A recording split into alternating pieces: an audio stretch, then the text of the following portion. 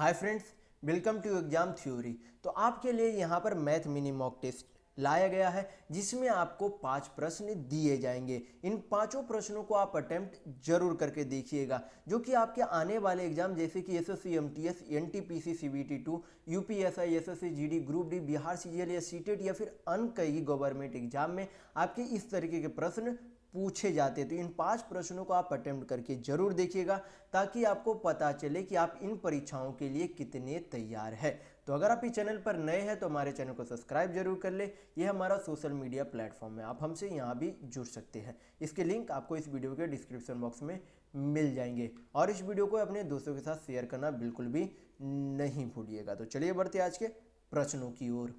तो देखते हैं क्वेश्चन नंबर 1। यहाँ पर क्वेश्चन में दिया गया है कि एक कस्बे की आबादी कितनी है?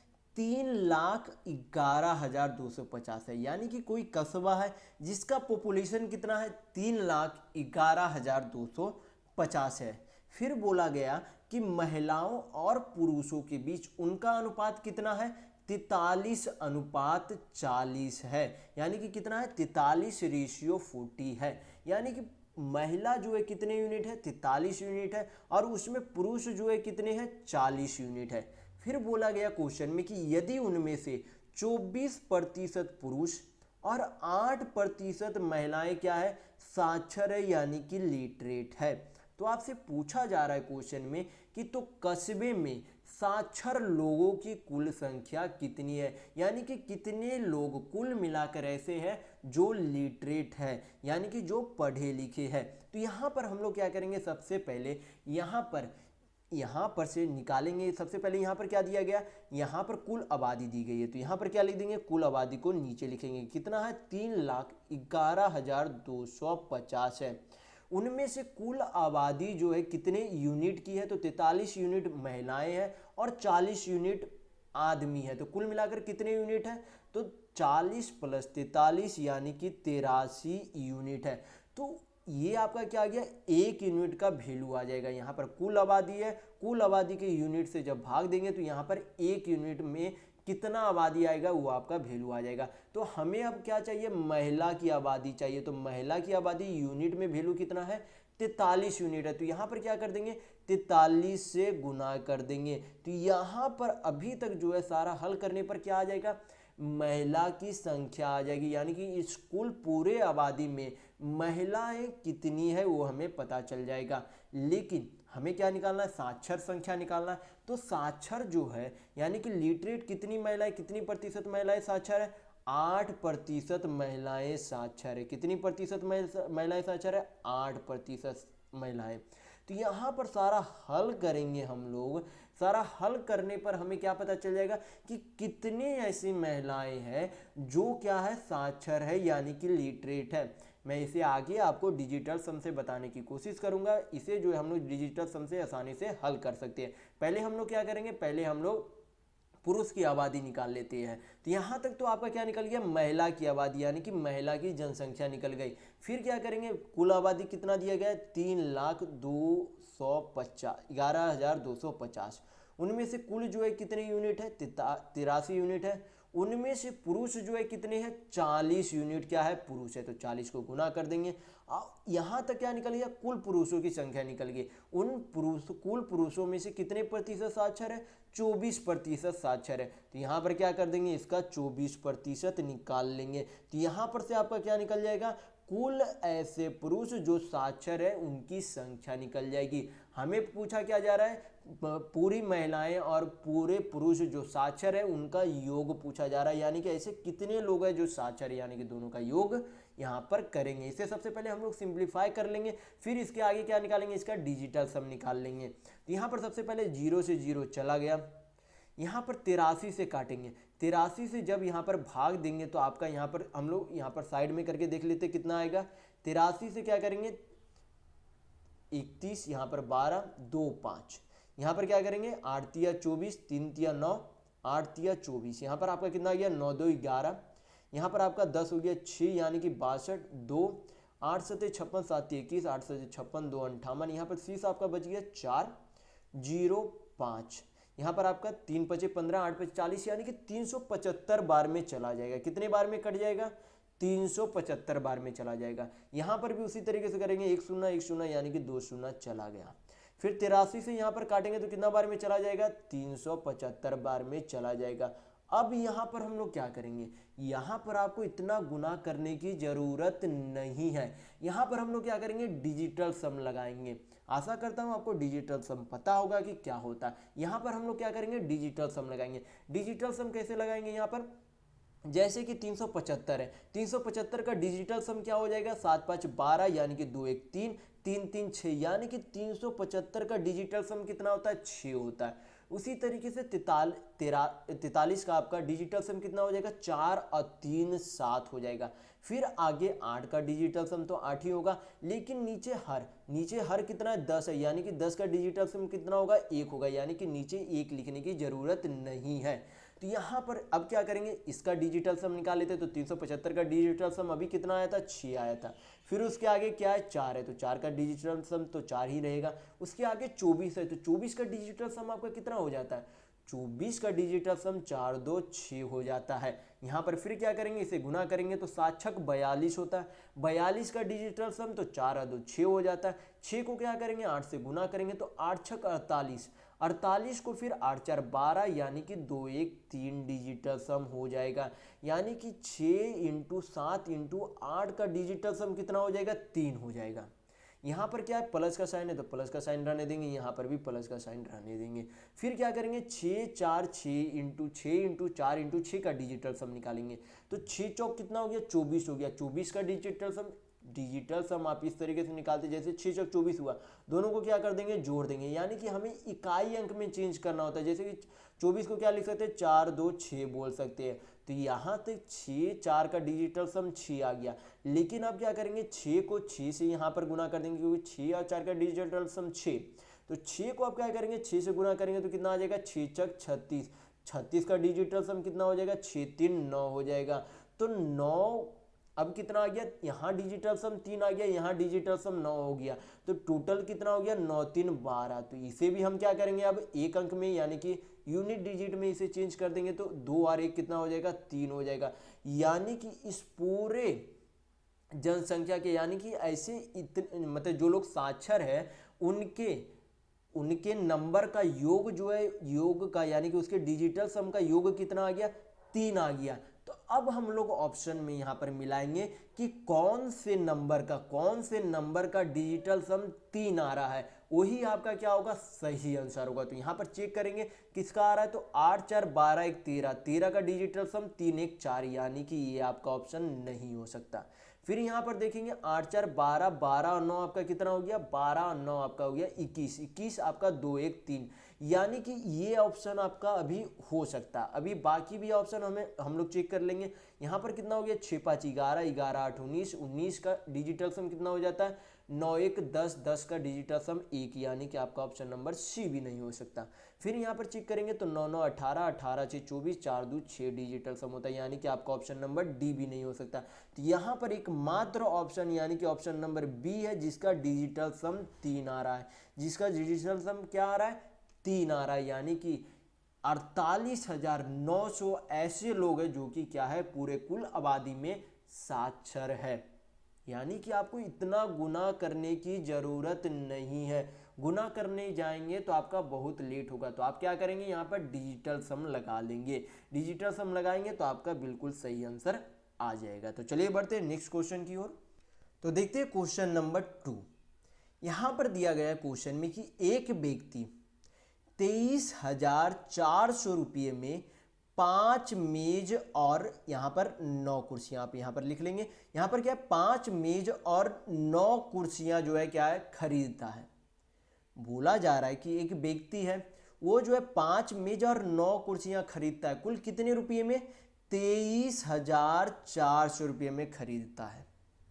फिर बोला गया कि वह मेज को 10% के लाभ पर और कुर्सियों को 20% के लाभ पर बेचता है। यानी कि एक मेज को 10% के लाभ पर और एक कुर्सी को 20% के लाभ पर बेचता है। फिर आगे दिया गया है कि यदि सभी मेज और कुर्सियों को बेचने पर उसका कुल लाभ 3030 रुपये होता है। यानी कि अगर वो 5 मेज बेच देता और 9 कुर्सियां भी बेच देता है तो कुल मिलाकर उसे 3030 रुपये का लाभ होता है।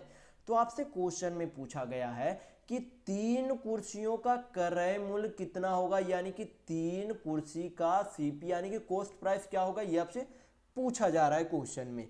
तो यहाँ पर जो है सबसे पहले हम लोग क्या करेंगे, सबसे पहले हम लोग करेंगे ये जो परसेंट में वैल्यू दिया गया है, ये जो आपका परसेंट में दोनों वैल्यू दिया गया है, इसे क्या कर लेंगे हम लोग फ्रैक्शन में चेंज कर लेंगे। तो 10% को फ्रैक्शन में चेंज करेंगे तो क्या लिख सकते हैं, 1/10 लिख सकते हैं। क्या लिख सकते हैं, 1/10 लिख सकते हैं। परसेंट को फ्रैक्शन में किस तरीके से चेंज किया जाता है, जैसे कि यहाँ पर 10% आपका है, परसेंट हटाएंगे तो नीचे क्या आ जाएगा आपका 100 आ जाएगा, 1 0 चला गया, यानी कि 10% को हम लोग 1/10 भी लिख सकते हैं। 10% को हम लोग 1/10 भी लिख सकते हैं। तो आपको हमेशा जो है परसेंट को फ्रैक्शन में चेंज कीजिएगा, इससे जो है प्रश्न आसानी से हल होते हैं। फिर आगे क्या करेंगे, यहाँ पर 20% को फ्रैक्शन में चेंज करेंगे तो 20% का फ्रैक्शन वैल्यू क्या हो जाएगा, 1/5 हो जाएगा। कितना हो जाएगा, 1/5 होगा। तो यहाँ पर हम लोगों ने परसेंट को फ्रैक्शन में चेंज कर लिया। अब आगे क्या करेंगे, यहाँ पर से हमें पता चलता है कि एक मेज जो है, एक मेज का दाम अगर 10 यूनिट है तो उसे 1 यूनिट के लाभ पर बेचा जा रहा है। यहाँ पर मेज मैं इस तरीके से लिख दे रहा हूँ, जैसे कि एक मेज है, उसे अगर 10 यूनिट में खरीदा गया, 10 यूनिट में अगर खरीदा गया था तो उसे 1 यूनिट के लाभ पर बेच दिया गया है। यानी कि अगर उसे 10 यक्स में खरीदा गया तो यक्स यूनिट के लाभ में उसे बेच दिया गया है। यानी कि 10 यक्स मेज का क्या है, सीपी है, ये आपका क्या है, प्रॉफिट है। अगर एक मेज 10 यक्स में खरीदा गया है तो 1 यक्स उसे लाभ पर बेच दिया गया है। फिर उसके आगे बोला गया कि कुर्सियों को 20% के लाभ पर बेचा गया। तो कुर्सियां का यानी कि के यहाँ पर लिख देते हैं। तो कुर्सियां जो है अगर उसका 5Y था, अगर उसका दाम 5Y था तो 1Y के लाभ पर उसे बेच दिया गया। अगर एक कुर्सी 5Y था, एक कुर्सी का दाम 5Y था तो उसे Y के लाभ पर क्या कर दिया गया है, बेच दिया गया है। तो यहाँ पर से हमें क्या पता चलेगा कि एक मेज का दाम 10 यक्स है, उसका प्रॉफिट यक्स है। एक कुर्सी का दाम 5Y है और उसका प्रॉफिट यानी कि लाभ Y है। तो यहाँ पर से अब हम लोग आगे क्या करेंगे, यहाँ पर क्वेश्चन में आपका दिया गया है कि 5 मेज और 9 कुर्सियां खरीदता है, कितना में, 23,400 रुपये में खरीदता है। तो अगर एक मेज का दाम 10 यक्स है, एक मेज का दाम 10 यक्स है तो 5 मेज का दाम कितना हो जाएगा, तो 5 मेज का दाम कितना हो जाएगा आपका 50 यक्स हो जाएगा। एक मेज का दाम अगर 10 यक्स है तो 5 मेज का दाम कितना हो जाएगा, 50 यक्स हो जाएगा। फिर बोला गया कि उसमें 9 कुर्सियां भी खरीदी जाती है। तो एक कुर्सी का दाम अगर 5Y है तो 9 कुर्सी का दाम कितना हो जाएगा, 9 पचे 45Y हो जाएगा। तो यहाँ पर हो गया 5 मेज का दाम, 9 कुर्सियों का दाम, दोनों कुल रुपये कितने रुपये में खरीदे गए, तो दोनों का योग यानी कि दोनों को कुल कितने में खरीदा गया था, 23,400 रुपये में खरीदा गया था। तो यहाँ पर से आपका ये क्या हो गया, फर्स्ट इक्वेशन हो गया, ये आपका फर्स्ट इक्वेशन हो गया। फिर आगे बोला गया यहाँ पर कि इसे जो है सभी मेज और कुर्सियां में बेचने पर 3030 रुपये का लाभ होता है। यानी कि उसने जो है कितने मेज बेचे, 5 मेज बेचे। कितने मेज बेचे, 5 मेज बेचे। ये अगर एक मेज पर यक्स का लाभ हो रहा है तो 5 मेज के बेचने पर कितने का लाभ होगा, तो 5 यक्स का लाभ होगा। कितने का लाभ होगा, 5 यक्स का। अगर एक मेज बेचने पर यक्स रुपये का लाभ हो रहा है तो 5 मेज बेचने पर 5 यक्स का लाभ होगा।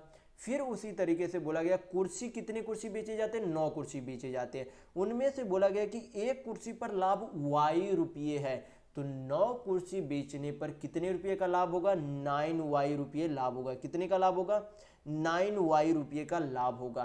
तो इधर हो गया कुल मेज का लाभ, कुल कुर्सी का लाभ। तो टोटल लाभ कितना दिया गया है, टोटल लाभ आपका दिया गया 3030 रुपये लाभ दिया गया है। ये आपका क्या हो गया, सेकेंड इक्वेशन हो गया। हमें से पूछा क्या जा रहा है, 3 कुर्सियों का मूल्य पूछा जा रहा है, यानी कि क्रय मूल्य पूछा जा रहा है। किसका, कुर्सियों का, यानी कि हमें y का वैल्यू निकालना है। किसका, क्योंकि कुर्सी को ही तो हम लोग ने 5y माना है, तो यहाँ पर हमें y का वैल्यू चाहिए। तो y का वैल्यू निकालेंगे कैसे, y का वैल्यू निकालने के लिए x का वैल्यू यहाँ पर एलिमिनेट करना होगा। तो यहाँ पर क्या कर देंगे, 10 से गुना कर देंगे, 10 से गुना करेंगे, यहाँ पर माइनस का साइन, माइनस का साइन, माइनस का साइन, 10 पचे 50, तो प्लस 50 माइनस 50 कट जाएगा। यहाँ पर प्लस 45y है, 9 दहे 90y, यानी कि प्लस 45y में से माइनस 90y गया तो कितना बचा, माइनस 45y आपका आ गया। फिर यहाँ पर से 30,300 में से 23,400 को जब माइनस करेंगे, 30,300 में से 23,400 को जब माइनस करेंगे तो आपका कितना आएगा, माइनस जब करेंगे तो आपका कितना आ जाएगा, 6900 आ जाएगा। कितना आ जाएगा आपका, 6900 आ जाएगा। तो यहाँ पर से माइनस 6900 आएगा, तो माइनस से माइनस आपका चला गया, तो y का वैल्यू यहाँ पर आपका कितना आ जाएगा, y का वैल्यू आपका आ गया 6900/45 आ गया। क्या आ गया, 6900/45 आ गया।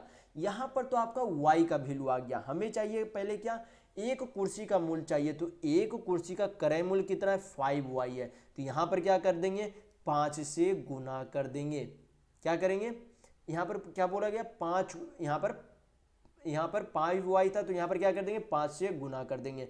5 से यहाँ पर गुना करेंगे, 5 से काटेंगे तो 5 नमा आपका कितना हो गया, यहाँ पर 5 नमा यहाँ पर आपको हो गया 45, यानी कि एक कुर्सी का मूल्य कितना आ गया, 6900/9 आ गया। तो हमें चाहिए कितना, 3 कुर्सी का मूल्य चाहिए। एक कुर्सी का मूल्य कितना आ गया, एक कुर्सी का मूल्य आपका कितना आ गया, 6900/9 एक कुर्सी का मूल्य आ गया। हमें कितना चाहिए, 3 कुर्सी का मूल्य चाहिए। तो क्या कर देंगे, इसमें 3 से गुना कर देंगे। हल करेंगे यहाँ पर तो 3 तिया 9 हो गया, 3 से काटेंगे 6900 कितना बार में चला जाएगा, 23 बार में, यानी कि 3 कुर्सी का मूल्य कितना आ गया, 2300 रुपये आ गया। 3 कुर्सियों का मूल्य कितना आ गया, 2300 रुपये आ गया। तो यहाँ पर आपका ऑप्शन नंबर बी बिल्कुल सही होगा। तो अगर आपको वीडियो पसंद आ रहा है तो लाइक करते जरूर चलिएगा। तो चलिए बढ़ते हैं नेक्स्ट क्वेश्चन की ओर। तो देखते हैं क्वेश्चन नंबर 3। यहाँ पर क्वेश्चन में बोला जा रहा है कि वह सबसे छोटी संख्या ज्ञात कीजिए जिससे 17 जोड़ने पर वह 28, 36 और 45 से पूर्णतः विभाज्य हो। यानी कि कोई भी वह छोटी से छोटी संख्या जिसमें 17 जोड़ा जाए तो जोड़ने के बाद वह 28 से भी विभाज्य हो, 36 से भी कटे और 45 से भी कटे।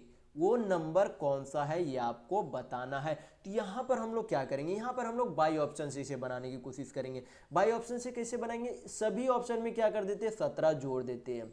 सभी ऑप्शन में क्या कर देते हैं, 17 जोड़ देते हैं, क्योंकि बोला गया कि कौन सी संख्या में 17 जोड़ा जाए तो इन 28, 36, 45 से विभाज्य हो जाए। तो अगर पहले से ही हम सभी ऑप्शन में 17 जोड़ देंगे, 17 जोड़ने के बाद जो भी संख्या इन तीनों संख्या से विभाज्य हो जाएगी वो आपका सही आंसर होगा। तो 1260 में 17 जोड़ेंगे तो आपका कितना हो जाएगा, 1277 हो जाएगा। फिर अगला जोड़ेंगे तो 1277 में 17 जोड़ेंगे तो 7 7 14 आपका कितना हो जाएगा, 1294 हो जाएगा। कितना हो जाएगा, 1294 हो जाएगा। फिर आगे 1243 में कितना जोड़ेंगे, 17 जोड़ेंगे तो आपका कितना हो जाएगा, 1260 हो जाएगा। फिर यहाँ पर 1233 में 17 जोड़ेंगे तो 1250 हो जाएगा। तो अब हमें देखना है कि 28, 36, 45 से ये कौन सी संख्या जो है विभाज्य हो रही है। तो हमें इतना बड़ा भाग नहीं देना, हमें यहाँ पर देखना है कि 45 से कटने का नियम क्या होता है, वो संख्या 9 से भी कटे, 5 से भी कटे। वो संख्या जो संख्या 9 से भी कटेगी और 5 से भी कटेगी तो वो संख्या 45 से भी आपकी कटेगी। अगर कोई संख्या 9 से कटती है और 45 से कटती है तो वो संख्या 9 से कटती है और 5 से कटती है तो संख्या 45 से भी कटेगी। तो सबसे पहले 5 के काटने का जो है नियम क्या होता है, 5 के कटने का नियम होता है कि पूरे संख्या का जो भी संख्या उसका इकाई अंक या तो 0 हो या फिर 5 हो। या तो 0 हो या तो 5 हो। तो कौन कौन सा ऑप्शन में 0 या 5 है इकाई अंक? ना तो आपका ऑप्शन नंबर 1 में है, ना तो आपका ऑप्शन नंबर बी में है इकाई अंक या तो 0 या 5। तो दो ऑप्शन तो यहाँ पर आपका हट गया। लेकिन अब हमें देखना है कि 9 से भी कौन सी संख्या कट रही है। तो 9 से कटने का नियम क्या होता है? या तो कोई भी संख्या का सम 0 हो, या फिर जो भी संख्या का सम किया जाता है उसका 9 से डिविजल हो। तो हम क्या करेंगे, देखेंगे सभी संख्याओं का योग करके। तो 6 2 8 1 9, यहाँ पर कितना आ रहा है संख्याओं का सम? 9 आ रहा है। और यहाँ पर संख्याओं का सम कितना आ रहा है? 5 2 7 1 8। क्या 8 9 से कटती है? क्या 8 9 से कटती है? तो नहीं कटती है, यानी कि 9, ये जो आपका ऑप्शन नंबर सी है यहाँ पर 9 कटता है 9 से, यानी कि यहाँ पर आपका ऑप्शन नंबर सी बिल्कुल सही आंसर होगा। तो चलिए बढ़ते हैं नेक्स्ट क्वेश्चन की ओर। तो देखेंगे क्वेश्चन नंबर 4। ये आपका क्या है? ये आपका यहाँ पर गुना दिया गया है, इसमें आपको बताना है कि शेषफल यानी कि रिमाइंडर कितना आएगा। तो यहाँ पर मैं आशा करता हूँ आपको पता होगा कि निगेटिव रिमाइंडर क्या होता है, कि निगेटिव रिमाइंडर क्या होता है। तो मैं आपको थोड़ा सा शॉर्ट में यहाँ पर समझा देता हूँ कि निगेटिव रिमाइंडर कैसे आता है। जैसे कि आप यहाँ पर देख लेंगे, यहाँ पर जैसे कि बोल दिया गया यहाँ पर कि 5 को यहाँ पर 9 से भाग दे दिया गया। 5 को यहाँ पर 9 से भाग दिया गया। तो अगर हम यहाँ पर 5 दूनी 10 लगाते हैं, तो यहाँ पर अगर 9 में से -10 को माइनस करेंगे, क्योंकि ये संख्या इसे क्या किया जाता है? माइनस किया जाता है। तो -1 क्या आ जाता है? रिमाइंडर आ जाता है। या फिर आप इस तरीके से जैसे कि भाग देते, 5 को 9 से भाग देते, तो कैसे भाग देते? 1 यहाँ पर 5 आ गया, तो शेषफल कितना बच जाता है? 4 बच जाता है। लेकिन अगर इसका निगेटिव रिमाइंडर आपसे पूछा जाए, तो इसका निगेटिव रिमाइंडर कितना आ जाएगा? 1 आ जाएगा। कितना आ जाएगा? 1 आ जाएगा। तो इस तरीके से आपका निगेटिव रिमाइंडर आता है। तो इस तरीके से निगेटिव रिमाइंडर आपका कोई भी वैल्यू नहीं होता, जब भी आपका वैल्यू होता है पॉजिटिव रिमाइंडर में होता है। लेकिन इस तरीके के प्रश्न में, जो कि इस तरीके के बड़ा बड़ा गुना होता है, इस तरीके के प्रश्न में आपको निगेटिव रिमाइंडर लाना पड़ता है, ताकि आप प्रश्न को आसानी से हल कर सके। अगर आप निगेटिव रिमाइंडर नहीं जानेंगे तो इस प्रश्न को हल नहीं कर सकते, क्योंकि आप इतना बड़ा गुना नहीं कर सकते हैं। तो यहाँ पर इसे हल करके देखेंगे, तो 89 को 87 से भाग देंगे, तो निगेटिव रिमाइंडर यहाँ पर कितना आ जाएगा? तो निगेटिव रिमाइंडर यहाँ पर -2 आ जाएगा। जब 87 को 89 से भाग देंगे तो निगेटिव रिमाइंडर कितना आ जाएगा? -2 आ जाएगा। फिर यहाँ पर अगले बार 88 को 89 से भाग देंगे तो निगेटिव रिमाइंडर कितना आ जाएगा? -1 आ जाएगा। फिर क्या करेंगे? 90 को 89 से भाग देंगे तो रिमाइंडर कितना बचता है? 1 रिमाइंडर बचता है। फिर 89 से 91 को भाग देंगे तो कितना रिमाइंडर बचेगा? 1 रिमाइंडर बचेगा। फिर 89 को 92 से भाग देंगे तो कितना रिमाइंडर बचेगा आपका? यहाँ पर आपका 2 रिमाइंडर बचेगा। और 89 को 92 से भाग देंगे तो कितना रिमाइंडर बचेगा? 3 रिमाइंडर बचेगा। कितना रिमाइंडर बचेगा? 3 रिमाइंडर बचेगा। और 93 को जब भाग देंगे 89 से तो कितना रिमाइंडर बचेगा? 4 रिमाइंडर बचेगा। तो यहाँ पर आपका क्या आ गया? रिमाइंडर आ गया। यहाँ पर ये सारा क्या आ गया? रिमाइंडर आ गया। सभी रिमाइंडर को क्या करेंगे? यहाँ पर गुना करेंगे। माइनस माइनस क्या हो जाता? प्लस हो जाता। तो प्लस माइनस का यहाँ पर कोई भी अब नहीं आएगा। यहाँ पर 2 एकम 2, 2 एकम 2, 2 दूनी 4, 4 तिया 12, 12 चौक कितना हो गया? 48 हो गया। यानी कि इन पूरे संख्या को, इस पूरे ऊपर वाली संख्या को जब 89 से भाग दिया जाएगा तो रिमाइंडर यानी कि शेषफल कितना आएगा? 48 यानी कि 48 आएगा। यानी कि आपका यहाँ पर ऑप्शन नंबर सी बिल्कुल सही होगा। तो चलिए बढ़ते हैं नेक्स्ट क्वेश्चन की ओर। तो देखेंगे क्वेश्चन नंबर 5। यहाँ पर दिया गया क्वेश्चन में कि ए और बी की आय का अनुपात कितना है? 4:3 है। यानी कि उनका इनकम कितना होता है? ए और बी का 4:3 के अनुपात में है। फिर बोला गया कि और उनका वार्षिक खर्च जो है कितना होता है? 3:2 के, यानी कि 3:2 के अनुपात में होता है। फिर बोला गया कि यदि प्रत्येक जो है दोनों ए और बी दोनों जो है 60 हजार रुपया, यानी कि ए भी 60 हजार रुपया बचाता है और बी भी 60 हजार रुपया बचाता है, तो ए की आय क्या है ये आपसे पूछा जा रहा है। तो यहाँ पर हमें देखने पर क्वेश्चन में पता चलता है कि ए की आय जो है 4 यूनिट है और खर्च कितने कर रहा है? 3 यूनिट कर रहा है। बी की आय 3 यूनिट है और खर्च कितने कर रहा है? 2 यूनिट। यानी कि कमाई और खर्च में, कमाई और खर्च में कितने यूनिट का अंतर है? 1 यूनिट का अंतर है। कितने यूनिट का अंतर है? 1 यूनिट, यानी कि 4 यूनिट कमाता है 3 यूनिट खर्च करता है, 3 यूनिट कमाता है 2 यूनिट खर्च करता है, यानी कि दोनों जो है कितने यूनिट बचाते हैं? 1 यूनिट बचाते हैं। तो इसका बचत कितना दिया गया है? 60,000 दिया गया, यानी कि दोनों जो है 60 हजार रुपये बचाते हैं, यानी कि 1 यूनिट का वैल्यू 60,000 हो गया। हमें चाहिए क्या? ए की आय चाहिए, यानी कि ए जो है कितने रुपये कमाता है? 4 यूनिट कमाता है, यानी कि अगर 1 यूनिट का वैल्यू 60,000 है तो 4 यूनिट का वैल्यू कितना हो जाएगा? 6 चौक 24 पर 4 शून्य, यानी कि 2,40,000 रुपये उसकी आय है, यानी कि आपका ऑप्शन नंबर ए बिल्कुल सही होगा। तो इस वीडियो में बस इतना ही। अगर आपको वीडियो पसंद आया तो लाइक कीजिएगा, नए हैं तो चैनल को सब्सक्राइब जरूर कर लीजिएगा। ये हमारा सोशल मीडिया प्लेटफॉर्म है, आप हमसे यहाँ भी जुड़ सकते हैं। इसके लिंक आपको इस वीडियो के डिस्क्रिप्शन बॉक्स में मिल जाएंगे। और इस वीडियो को अपने दोस्तों के साथ शेयर करना बिल्कुल भी नहीं भूलिएगा, ताकि उन्हें भी इस वीडियो से लाभ मिल सके। तो इस वीडियो में बस इतना ही, मिलते हैं अगले वीडियो में, तब तक के लिए धन्यवाद।